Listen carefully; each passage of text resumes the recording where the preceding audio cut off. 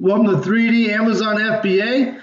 Today I'm going to talk to you about how Amazon made it harder for you to get your money from them when they don't receive all of your product, and give you guys a heads up on what's happening there. Before I get into it, make sure you guys like and subscribe to my channel.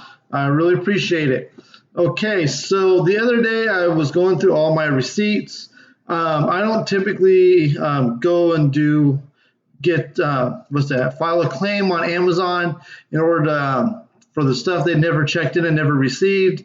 For those of you that don't know, Amazon, they receive your product and then they disperse it to other warehouses. And a month and a half later, once everything has arrived to its final destination, Amazon will close out your shipment. Now, if they are missing product, say you sent in 10 of, Paw Patrol toy, and they received 8 of them. Sometimes Amazon will just tell you, we double checked and we didn't get it. And you lost 2 items, and you should account for that in your shrink. That's what I do when Amazon, doesn't receive something and they say they verified it and they didn't find it.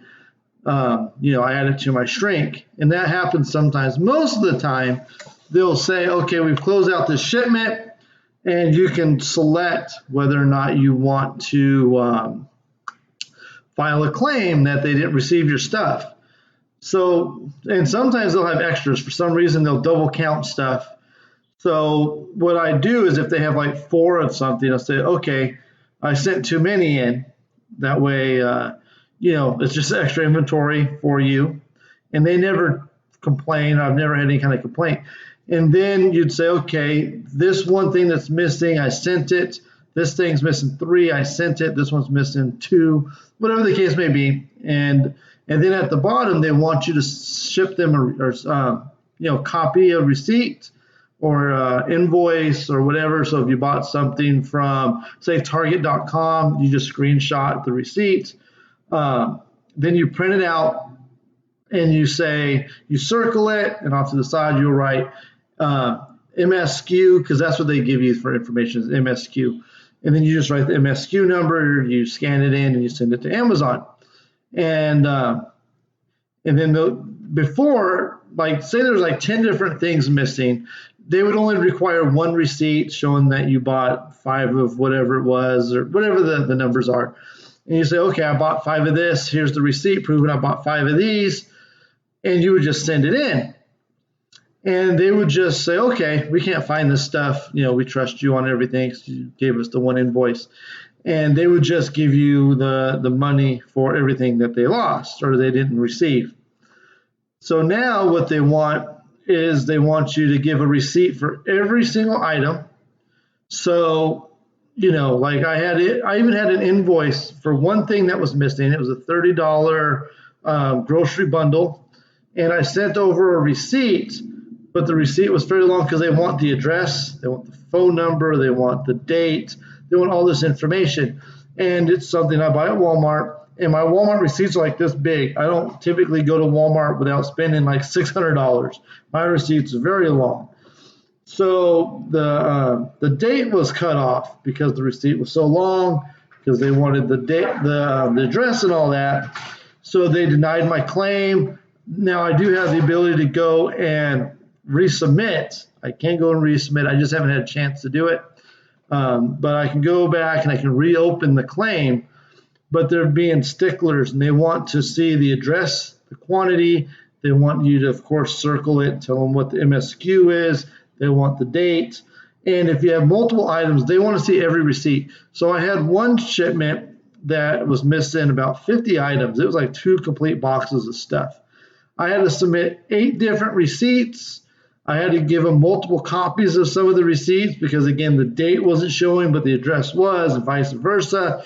And until they see every single item, then they're not going to allow you to submit your claim.